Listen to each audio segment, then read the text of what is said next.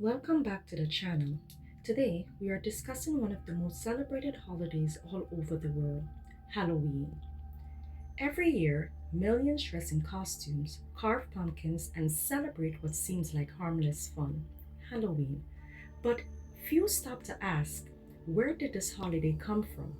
Why is it filled with images of death, spirits, and darkness? And most importantly, should believers take part in it? If these questions have seemingly crossed your mind, then look no further. Today, we're uncovering the true history of Halloween and the spiritual dangers hiding beneath the mask. Halloween didn't begin as candy and costumes. It dates back over 2,000 years to an ancient Celtic festival called Samhain. The Celts believed that on the night of October 31st, the boundary between the living and the dead disappeared, and that spirits could cross over into the world of the living.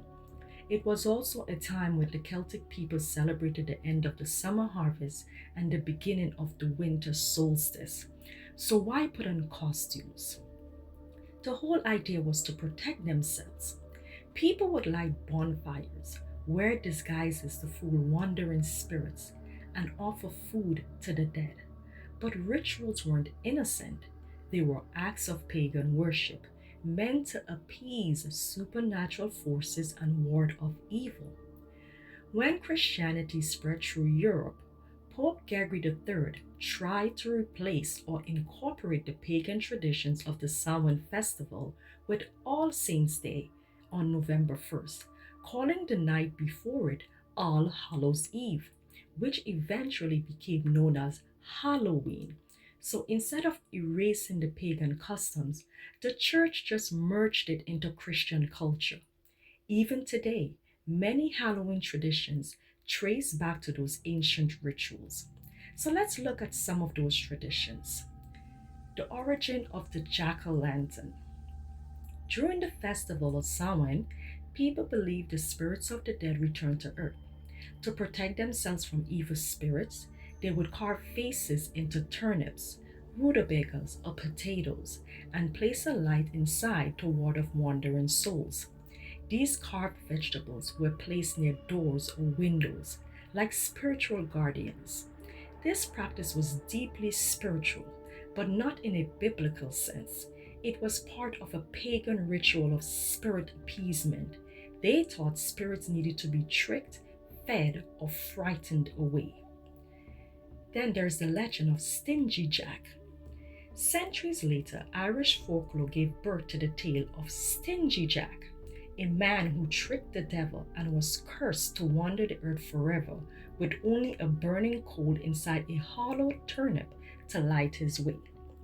He became known as Jack of the Lantern. When Irish immigrants came to America, they found pumpkins. They were larger, easier to carve, and native to the New World. The turnip lantern became the pumpkin jack-o'-lantern we know today. Even though most people carve pumpkins today for fun, the original purpose of the jack-o'-lantern was to ward off spirits, a form of folk magic or superstition. From a biblical point of view, this represents the opposite of faith in God. Scripture teaches that we don't fight evil with superstition, but with spiritual truth. The Lord is my light and my salvation. Whom shall I fear? That's Psalm 27:1. Then there's the history of candy giving or trick or treating. No one is quite certain how the candy giving became a part of Halloween, but one theory suggests that it may have started in medieval Europe. During All Souls' Day, poor people or children would visit homes and offer prayers for the dead in exchange for small cakes called soul cakes. This was known as souling. People believed that by giving out food, they could help the souls of the dead find peace. Another pagan Christian blend of ancestor worship and superstition. Later, in Scotland and Ireland, children dressed up in costumes called quizzing. They performed songs, recited verses, or told jokes in exchange for food or coins. These practices all stem from ancient appeasement rituals during Samhain. When Irish and Scottish immigrants came to the United States in the 1800s, they brought these customs with them. By the early 20th century, the tradition shifted from praise for the dead to light-hearted fun for children, and candy replaced cakes or coins. By the 1950s, candy companies like Hershey's and Mars turned trick or treat into a commercial event. What began as an ancient pagan ritual became one of the biggest candy selling days of the year, but its roots remained in spirit appeasement and ancestor veneration, not innocence. The phrase trick or treat literally means give me a treat or I'll place a trick on you. Originally, this came from the belief that spirits or fairies would curse or harm you if they weren't given offerings, a clear echo of pagan fear rituals. Today, it's just fun for kids, but the spiritual foundation is the same pattern the Bible warns against, trying to manipulate or appease unseen powers. You shall not learn to imitate the detestable ways of the nations. That's Deuteronomy 18:9.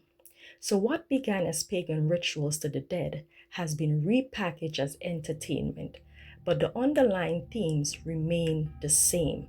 Halloween glorifies everything that has to deal with death over life, fear over faith, darkness over life.